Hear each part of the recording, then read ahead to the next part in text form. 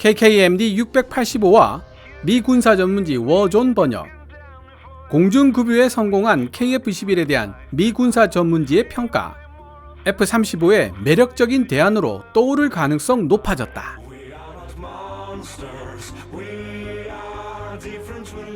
T-50 일본 진출 가능성 소식에 이어 인터넷을 뜨겁게 달구었던 또 다른 밀리터리 뉴스는 바로 KF-21 보라매가 첫 공중급유 테스트에 성공한 사실이었습니다. 신뢰성 높은 미국의 군사 전문지 워존에서도 해당 내용을 비중 있게 다루었는데요.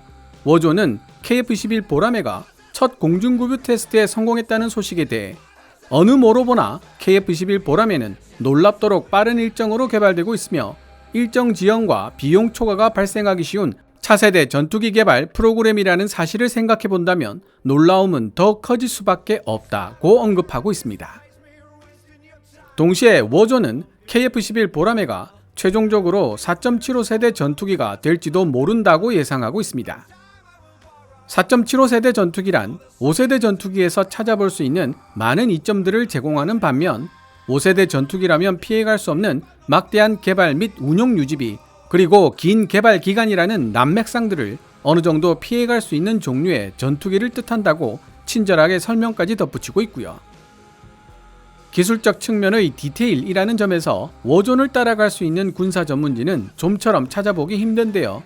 블락4 이상의 버전으로 풀 업그레이드된 F-35를 기준으로 비교한다면 이오다스 등으로 대표되는 센서 융합 능력과 고성능 센서를 통해 수집한 정보를 효과적으로 처리하여 탑승 파일럿 및 아군 네트워크에 신속하게 전달하는 상황 인식 능력에서 KF-21 보라매가 다소 뒤질 수밖에 없다는 점에서 워존의 평가는 냉정하지만 합리성이 높다는 생각이 들었습니다. 다만 중국과 터키에서 경쟁 전투기를 제공할 가능성이 있다는 분석에 대해서는 동의하기 어려운 부분도 있는데요. 이 부분에 대해서는 번역을 마친 후 다시 논의해 보도록 하겠습니다. 워존이 2024년 3월 19일에 게재한 기사 내용은 노란색 글자로 제 개인적인 사견이나 역주는 하얀색 글자로 표시됩니다. 최근 성공한 최초의 공중급유 테스트는 놀라운 속도로 진행되고 있는 KF-21 보라매 개발 프로그램의 현 주소를 잘 보여주고 있다. 한국이 현지에서 개발한 KF-21 보라매 차세대 전투기 프로그램은 시제기가 처음 비행한 지 18개월이 조금 넘은 시점에 최초의 공중급유 테스트라는 놀라운 이정표 달성에 성공하며 인상적인 속도로 막힘없이 진행되고 있다.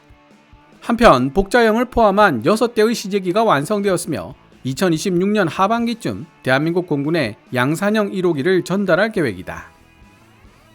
한국의 방산물품 조달을 관리하고 있는 기관인 방위사업청은 오늘 CJ-5호기를 통한 KF-21의 첫 번째 공중급유 테스트가 진행되었다고 확인했다.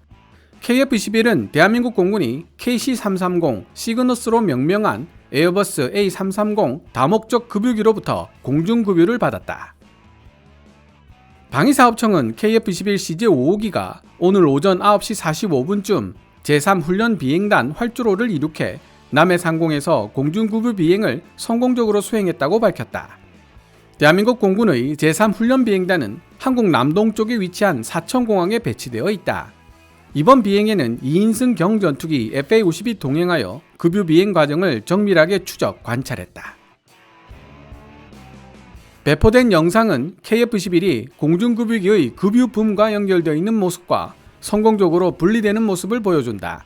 실제 연료가 급유됐는지 여부에 대해 대한민국 국방부의 입장은 모호하지만 첫 공중급유 테스트에서 실제 연료를 급유하는 사례는 찾아보기 어렵다. KKMD 684마를 통해 KF-21에 실제로 연료가 급유되었다는 사실을 보여드렸는데요.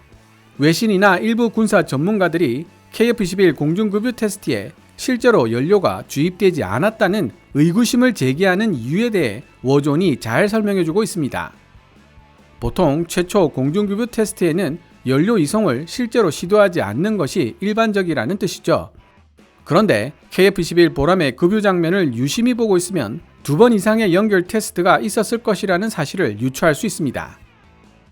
영상에 등장하는 연결된 급유붐의 길이가 각각 다르기 때문인데요.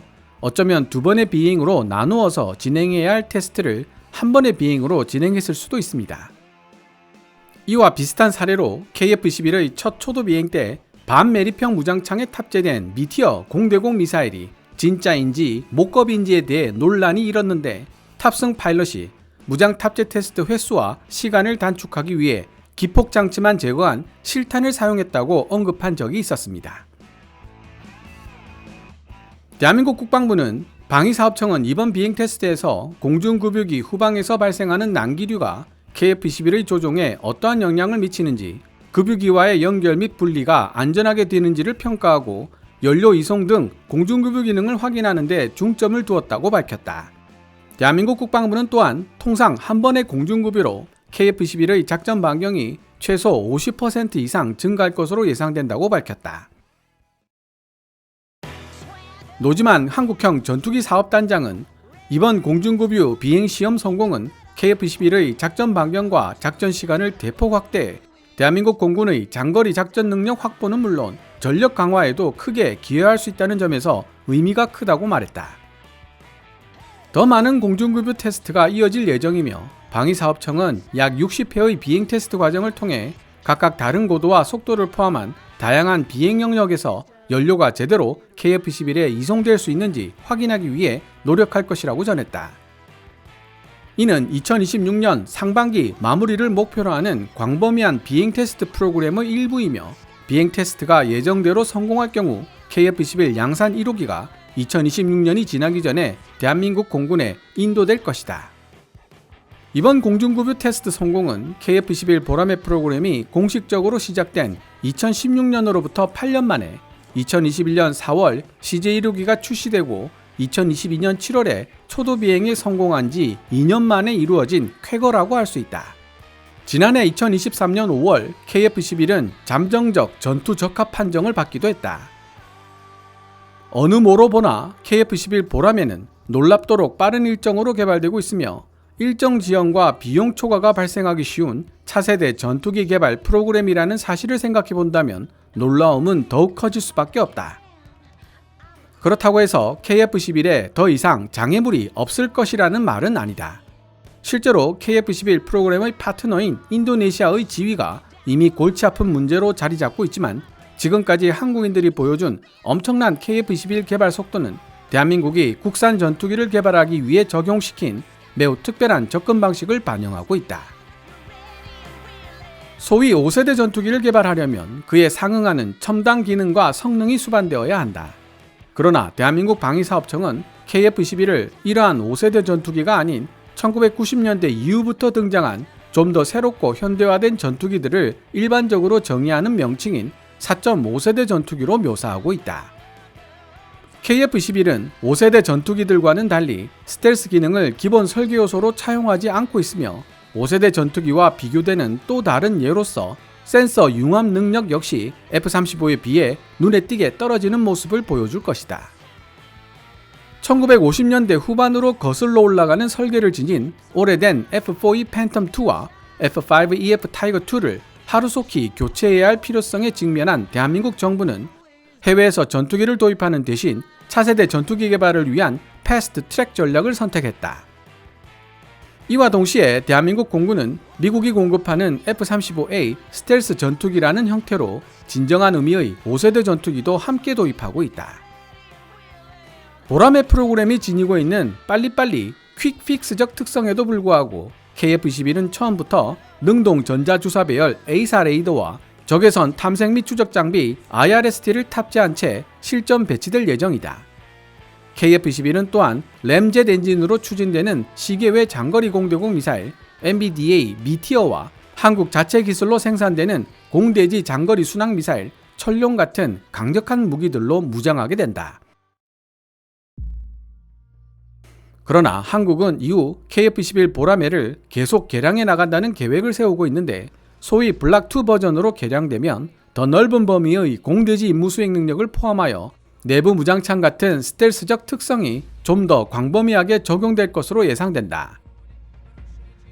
대한민국은 또한 유인 전투기의 잠재력을 높이고 전투력 규모의 극대화를 꾀하기 위한 수단으로 국내 기술로 개발한 스텔스 무인 전투기와 KF-11이 긴밀하게 협력하여 임무를 수행하는 이른바 유무인 복합체계 멈티를 구상하고 있다. 무인 전투기 전용 조종 장치를 후방 조종석에 설치할 수 있다는 점에서 KF-11 복자형 개발은 커다란 이점을 가질 수 있다. 이미 설명한 바 있듯 KF-11 보라매 프로젝트의 최종 결과물은 4.75세대 전투기와 비슷한 형태가 될지도 모른다. 4.75세대 전투기란 5세대 전투기에서 찾아볼 수 있는 많은 이점들을 제공하는 반면 5세대 전투기라면 피해갈 수 없는 막대한 개발 및 운용 유지비 그리고 긴 개발 기간이라는 난맥상들을 어느 정도 피해갈 수 있는 종류의 전투기를 뜻한다. KF-11의 핵심은 국산화에 있으며 프로그램 진행 속도를 고려해 봤을 때 KF-11이 출시되는 즉시 생산업체인 한국항공우주산업 카이를 통해 수출용으로 제한될 가능성이 높다. KF-11의 항전 장비를 구성하는 하위 시스템의 대부분이 한국 국내에서 개발되어 잠재적인 수출 제한으로부터 자유롭다는 사실은 큰 이점으로 작용할 수 있다. 다만 KF-11 보라매에는 미국에서 공급되는 제너럴 일렉트릭 F414G400K 터보팬 엔진이 탑재되어 있는데 이는 곧 미국 정부가 원한다면 KF-11 보라매의 해외 판매를 통제할 가능성이 있다는 사실을 시사한다. 한국항공우주산업 카이는 T-50 골든이글 계열 제품으로 이미 주목할 만한 수출 성공을 거둔 바 있다. 첨단 제트 고등훈련기로 시작한 T-50 골든이글 제품군은 나선형 개발 스파이럴 디벨롭먼트 전략을 채택하여 레이더와 무장을 장착한 TA-50을 선보이고 연이어 FA-50 경전투기를 개발해냈다. 최근 한국항공우주산업 카이는 파일럿 훈련 임무보다는 작전 임무에 완벽하게 최적화되고 KF-11에 적용된 기술을 활용할 가능성이 있는 FA-50의 단자형 버전을 발표했다. 나선형 개발 스파이럴 디벨롭먼트 전략이란 무기체계의 운용 개념은 확정되었으나 구체적인 작전 운용성 등 ROC가 확정되지 않은 경우에 적용되는 개발 전략으로 기술 성숙도를 고려하여 다음 개발 단계 무기체계의 작전 운용 성능을 부분적으로 확정하는 1년의 개발 과정을 반복하는 전략을 뜻합니다. FA-50 고객 중에는 폴란드가 있는데 폴란드 요구 상황에 맞춰 특별하게 주문 제작된 FA-50 48대가 수출되었으며 한국 정부가 카이에게 주문해 놓았던 기존 물량 중에서 1차 인도분을 조달했기 때문에 매우 빠른 속도로 배송될 수 있었다. 대한민국과 카이는 T-50 시리즈의 성공을 바탕으로 독자적인 입지를 구축할 수 있게 되기를 희망할 것이 분명하고 가까운 미래에 KF-21 역시 매력적인 수출 상품이 될 전망이 유력해 보인다. 그러나 중국과 터키에서 경쟁 전투기를 제공할 가능성이 있을 뿐만 아니라 유럽에서도 보다 발전된 전투기들이 출시를 기다리고 있어 KF-11이 목표로 하고 있는 시장 상황은 점점 더 혼잡해지고 있다. 앞서 언급한 KF-11과 관련된 인도네시아 문제는 여전히 해당 프로그램을 방해할 위협 요소가 될 수 있다. 인도네시아는 KF-11 블락 1 프로그램에 대한 20%의 지분을 보유하고 있으며 50여 대를 구매할 것으로 예상되었지만 인도네시아 측의 개발 분담금 체납과 프라보 수비안토 대통령의 부패 스캔들이라는 복병이 등장했다. 여기 더해 인도네시아 정부가 다른 전투기들에 대한 관심을 반복적으로 드러냈고 마침내 프랑스 라파를 구매하기에 이르렀다. 만약 인도네시아가 KF-11 프로그램에서 탈퇴한다면 대한민국은 다른 나라의 주문에 더 의존하게 되거나 자금 부족에 직면하게 될지도 모른다. 다시 한번 강조하지만 오늘 성공한 첫 공중급유 테스트는 KF-11의 개발 일정에서 중요한 이정표이자 야심차고 빠르게 진행되는 프로그램에 대한 또 다른 의도의 표현이다. 앞으로 극복해야 할 난관이 분명 더 많겠지만 보라매는 현재 순조롭게 개발되고 있는 것으로 보이며 설계자들의 기대에 부응하는 성능을 낼 수 있다면 F-35의 매력적인 대안으로 떠오를 수도 있다. 물론 KF-11은 F-35만큼 다재다능한 기능을 제공하지는 않겠지만 그보다 현저하게 저렴한 가격으로 손에 넣을 수 있는 최첨단 전투기가 될 수 있으며 한국 항공우주산업 카이는 이미 세계 전투기 시장에서 신뢰할 수 있는 품질의 전투기를 누구보다 빠르게 공급할 수 있는 업체로 입지를 굳힌 상태다. 지금까지 2024년 3월 19일 미국의 군사 전문지 워존이 게재한 기사 South Korea's KF-21 Next Generation Fighter begins tanker trials. 대한민국의 차세대 전투기 KF-11이 공중급유 테스트를 시작하다를 번역해 보았습니다. 이미 서두에서 말씀드렸던 대로 중국 FC31과 터키 TF-칸에 대해 잠깐 생각해 보겠습니다. 중국 관영통신사 글로벌타임즈는 2024년 1월 17일 파키스탄이 중국의 스텔스 전투기 FC-31을 조달할 계획이라고 보도했고, 터키 TF-칸 시제기는 2024년 2월 21일 초도 비행에 성공했습니다. 지난 3월 12일 BAE 시스템즈 한국 지사에서 개최된 간담회에 참여했을 당시 현재 미국이 자랑하는 F-35조차도 2029년으로 예상되는 블락 4 버전이 되어야 비로소 진정한 의미의 5세대 전투기에 걸맞은 능력을 지니게 되는 것으로 알고 있다. 이렇게 5세대 전투기 개발조차 완료되지 않은 상황에서 BAE 시스템즈가 6세대 전투기 G캡 개발을 언급하는 것이 과연 기술적으로 타당한 것인가? 라는 질문을 던진 적이 있습니다. 당시 함께 자리했던 군사 전문가들도 저와 같은 의견을 지니고 있었고, BAE 시스템즈 한국 지사 관계자들은 본사에 전달한 후 그에 대한 답변을 주겠다고 약속했습니다. 제가 지적하고 싶은 부분은 중국 FC-31이 만에 하나 우수한 스텔스 성능을 자랑한다 하더라도 그것만으로는 5세대 전투기라고 평가하기 어렵다는 뜻입니다. 미국의 군사 전문지 워존이 KF-21에게 들이미는 잣대로 FC-31을 평가한다면 FC-31 역시 4.75세대를 벗어나기 어려울 것으로 분석됩니다.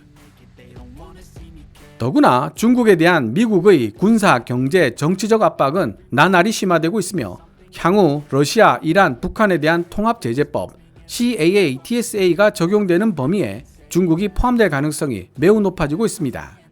이는 곧 중국 전투기 FC-31을 도입하는 순간부터 미국과 척을 질 각오를 해야 한다는 의미입니다.